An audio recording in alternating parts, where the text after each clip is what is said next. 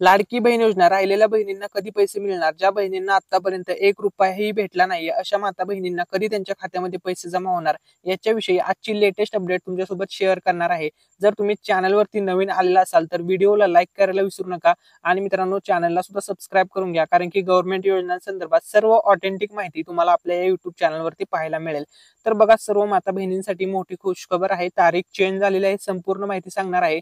जर तुम्हाला अजूनपर्यंत लाडकी बहीण योजनेच्या तिसऱ्या हप्त्याचे पैसे मिळाले नसतील तर ते पैसे तुम्हाला कधीपर्यंत मिळतील याच्याविषयी आजच्या व्हिडिओमध्ये संपूर्ण माहिती सांगणार आहे.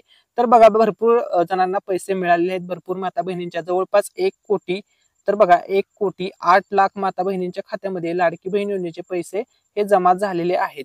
ठीक आहे. जवळपास हे जे पैसे मिळणार आहेत 2 कोटी माता बहिणींना तिसरा हप्ता त्यांच्या खात्यामध्ये जाणार आहे. म्हणजे आता बघा, जवळपास 90 लाख माता बहिणी अशा आहेत की ज्यांचा फॉर्म मंजूर आहे, सर्व गोष्टी क्लिअर आहेत, त्यांचं डीबीटी ओके आहे, तरी सुद्धा त्यांच्या खात्यामध्ये पैसे जमा झालेले नाहीत. तर त्यांना कधीपर्यंत पैसे मिळतील याच्याविषयी संपूर्ण माहिती सांगणार आहे. तर बघा, सर्वात पहिल्यांदा महत्त्वाचा मुद्दा समजून घ्या. 10 जिल्हे असे 10 जिल्हे आहेत की त्यांना पैसे मिळण्यामध्ये थोडा उशीर होऊ शकतो किंवा थोडा विलंब होऊ शकतो. त्याची काही कारणे आहेत. तर ते कोणते कोणते जिल्हे आहेत, ज्या जिल्ह्यातील महिलांना पैसे मिळण्यासाठी थोडा वेळ लागू शकतो, तर ते कोणते जिल्हे आहेत, त्याची कारणे काय आहेत, संपूर्ण माहिती सांगणार आहे. तर बघा, महाराष्ट्रात लोकसंख्येने मोठे जिल्हे आहेत. ठीक आहे. हे जे 10 जिल्हे आहेत हे महाराष्ट्रातील लोकसंख्येनुसार सर्वात मोठे जिल्हे आहेत आणि या जिल्ह्यामध्ये लोकसंख्या भरपूर आहे. त्याच्यामुळे लोकसंख्या भरपूर असल्यामुळे तर बघा, हे जे जिल्हे आहेत हे महाराष्ट्रामध्ये टॉप 10 मध्ये येतात लोकसंख्येच्या हिशोबाने. ठीक आहे. तर हे टॉप 10 जिल्हे कोणते आहेत? त्या जिल्ह्यातील माता बहिणींच्या खात्यामध्ये अजूनपर्यंत पैसे जमा झालेले नाहीयेत. तर बघा, ते कोणते जिल्हे आहेत त्याविषयी आता सविस्तर अपडेट पाहूया. आता तुम्हाला याचं कारण समजलेलं आहे की या जिल्ह्यामध्ये समजा आता बघा, या जिल्ह्यामध्ये हे जे 10 जिल्हे आहेत या जिल्ह्यांमध्ये लोकसंख्या जास्त असल्यामुळे या जिल्ह्यामध्ये अर्जसंख्या सुद्धा जास्त आहे, म्हणजे फॉर्म भरणाऱ्यांची संख्या सुद्धा जास्त आहे. तर हे जिल्हे कोणते आहेत? तर बघा, पहिला जिल्हा आहे कोल्हापूर जिल्हा. ठीक आहे. त्यानंतर दुसरा जो जिल्हा आहे तो जिल्हा आहे जळगाव जिल्हा. ठीक आहे. त्याच्यानंतर तिसरा जो जिल्हा आहे, तुमचा जिल्हा कोणता आहे कमेंटमध्ये नक्की सांगा. ठीक आहे. तिसरा जो जिल्हा, आपला व्हिडिओ तुम्ही कोणत्या जिल्ह्यामधून पाहतात ते कमेंटमध्ये नक्की सांगा. तिसरा जिल्हा आहे सोलापूर जिल्हा.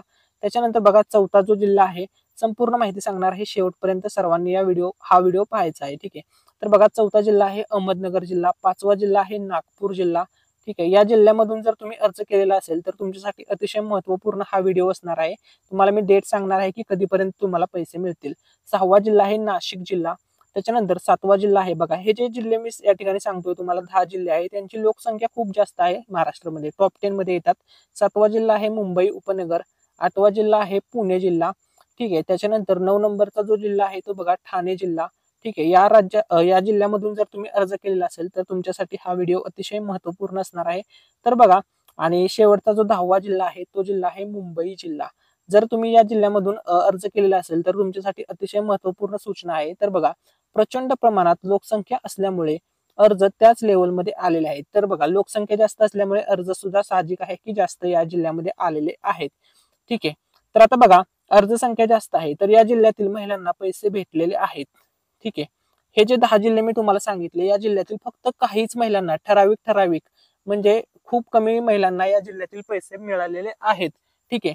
त्याच्यानंतर बघा, काही महिला पुढील टप्प्यामध्ये असणार आहेत या जिल्ह्यामधील, ज्यांना आतापर्यंत पैसे मिळाले नाहीयेत. तर बघा, सर्व माता बहिणींसाठी सूचना आहे. ज्या माता बहिणींना ₹1 सुद्धा आतापर्यंत मिळाले नाही अशा माता बहिणींसाठी सूचना आहे. त्यानंतर ज्या माता बहिणींना अगोदर ₹3000 भेटलेले होते परंतु यावेळेचे जे ₹1500 आहेत ते मिळाले नाहीत, तर अशा माता बहिणींसाठी सुद्धा सूचना आहे. तर बघा, अतिशय महत्त्वाची ही माहिती आहे. तर बघा, पैसे हे सर्वांना भेटणार आहेत. 100% तुम्हाला सर्वांना पैसे भेटणार आहेत. त्यामुळे कोणीही टेन्शन घ्यायची गरज नाहीये. फक्त पैसे मिळण्यामध्ये तुम्हाला थोडा उशीर होऊ शकतो. पैसे येण्याची तारीख मी आता तुम्हाला सांगणार आहे की कोणत्या तारखेला तुमच्या खात्यामध्ये पैसे येणार आहेत. ठीक आहे. तर बघा, पैसे आता बघा, ज्या माता बहिणींना 25 सप्टेंबर ते 30 सप्टेंबर मध्ये पैसे मिळालेले नाहीत या कालावधीमध्ये, तर त्या माता बहिणींच्या खात्यामध्ये 1 ऑक्टोबर ते 5 ऑक्टोबर या कालावधीमध्ये पैसे जमा होणार आहेत. ठीक आहे. त्यानंतर बघा, पैसे जमा होण्यासाठी अतिशय महत्त्वपूर्ण तारीख ठरणार आहे 1 ऑक्टोबर ते 5 ऑक्टोबर हा जो कालावधी आहे हा कालावधी सर्व माता बहिणींसाठी खूप महत्त्वपूर्ण ठरणार आहे. ज्या माता बहिणींना आतापर्यंत ₹1 सुद्धा लाडकी बहीण योजनेमधून मिळाला नाहीये, तर अशा सर्व माता बहिणींसाठी हा जो कालावधी आहे अतिशय महत्त्वपूर्ण ठरणार आहे. ही तारीख अतिशय महत्त्वपूर्ण ठरणार आहे. तर बघा, तिसऱ्या हप्त्याचे पैसे मिळण्यास अगोदर सांगितलेलं होतं की 29 सप्टेंबरला पैसे सोडणार होते, परंतु पैसे सोडण्यास 25 सप्टेंबर पासूनच सुरुवात झालेली होती. परंतु तरी सुद्धा भरपूर माता बहिणींना तिसऱ्या हप्त्याचे पैसे मिळाले नाहीयेत. तर बघा, सर्वात पहिली जी सुरुवात झाली 25 सप्टेंबरला भरपूर लाखो माता बहिणींच्या खात्यात पैसे जमा झाले. त्यानंतर 26 सप्टेंबरला सुद्धा लाखो माता बहिणींच्या खात्यामध्ये पैसे जमा झाले होते. त्यानंतर बघा 29 सप्टेंबर या तारखेला सुद्धा लाखो माता बहिणींच्या खात्यामध्ये पैसे जमा झालेले होते. तरी सुद्धा अजूनपर्यंत अशा लाखो माता बहिणी आहेत की ज्यांच्या खात्यामध्ये ₹1 सुद्धा लाडकी बहीण योजनेचा मिळालेला नाहीये. ठीक आहे, तरी अशा माता बहिणींना कधी पैसे मिळतील याविषयी मगाशी मी तुम्हाला अपडेट दिलेली आहे.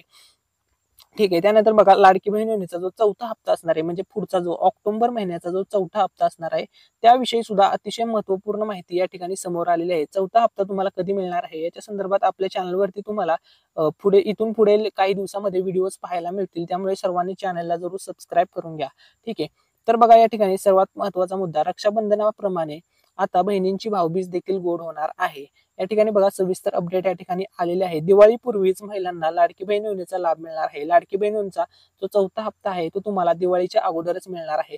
तुम्हाला सर्वांना माहितच आहे की ऑगस्ट महिन्यामध्ये ज्या वेळेस रक्षाबंधन होतं, तर रक्षाबंधन बघा 19 ऑगस्टला होते आणि तुमच्या खात्यामध्ये पैसे जमा होण्यास 14 सप्टेंबरला सुरुवात झाली, 14 ऑगस्टला सुरुवात झाली होती आणि 17 सप्टेंबर पर्यंत ज्या ज्या माता बहिणी या योजनेसाठी पात्र होता त्यांच्या खात्यामध्ये पैसे जमा झाले होते. त्याचप्रमाणे आता जो चौथा हप्ता असणार आहे तो तुम्हाला भाऊबीजच्या अगोदर, म्हणजे भाऊबीज ज्या दिवशी असेल त्याच्या 4 दिवस अगोदर, ठीक आहे, 4 दिवस अगोदर तुमच्या खात्यामध्ये पैसे जमा होणार आहेत. कारण की हे जे भेट असणार आहे ही रक्षाबंधन सारखीच भाऊबीजची भेट असणार आहे सर्व माता बहिणींसाठी. ठीक आहे, त्यामुळे आता चौथ्या हप्त्याविषयी तुमचे सर्व डाऊट क्लिअर झालेले असतील.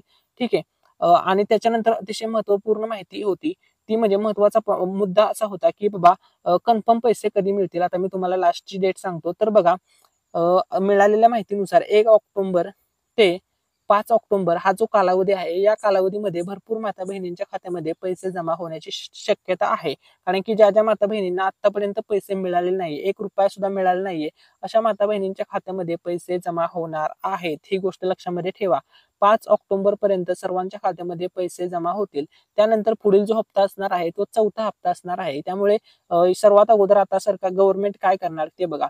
सर्वात पहिल्यांदा तिसरा हप्ता क्लिअर करणार, म्हणजे जे या योजनेसाठी पात्र ठरलेले आहे, ज्यांचे जवळपास बघा 2 कोटी अर्ज हे पात्र ठरलेले आहेत या लाभासाठी. तर या सर्वांचे हप्ते अगोदर जमा होणार, त्याच्यानंतरच मग चौथ्या हप्त्याचं नियोजन होणार. या प्रकारे सर्व गोष्टी होणार आहेत. त्यामुळे जर तुम्हाला अजूनपर्यंत चौथ्या हप्त्याचे पैसे जर मिळालेले नसतील, तर तुम्ही तिसऱ्या हप्त्याचे पैसे जर जमा झालेले नसतील तर तुम्ही टेन्शन घेऊ नका. फक्त तुमचं डीबीटी जर ओके असेल, म्हणजे तुमचं आधार कार्ड जर बँकेसोबत ओके असेल, लेवलमध्ये असेल, म्हणजे लिंक असेल, तर तुम्हाला कोणतीही अडचण येणार नाही, कसलीही अडचण येणार नाहीये. ठीक आहे, त्यानंतर बघा, महत्वाची अपडेट ही होती आजच्या व्हिडिओमध्ये. जर तुम्हाला काही डाऊट वाटला असेल तर कमेंटमध्ये नक्की विचारा. आणि तुमच्या सर्वांच्या आशीर्वादाने आपल्या मिस्टर रँडम मराठी या युट्यूब चॅनलवरती 12K सबस्क्रायबर्स कंप्लीट झालेले आहेत. तर आपल्याला लवकरच आपलं जे टार्गेट आहे ते बघा 100K सबस्क्रायबर आपल्याला करायचे आहेत. आता सध्या बघा 12K कंप्लीट झालेले आहेत. फक्त आपल्याला 98K सबस्क्रायबर 88K म्हणजे 88K सबस्क्रायबर्सची गरज आहे. 88,000 सबस्क्रायबरची गरज आहे. आपलं टार्गेट आहे आपल्या युट्यूब फॅमिलीचं की बाबा आपल्याला लवकरात लवकर 100K फॅमिली कंप्लीट करायची आहे. त्यामुळे जर तुम्ही अजूनपर्यंत चॅनलला सबस्क्राईब केलं नसेल तर चॅनलला जरूर सबस्क्राईब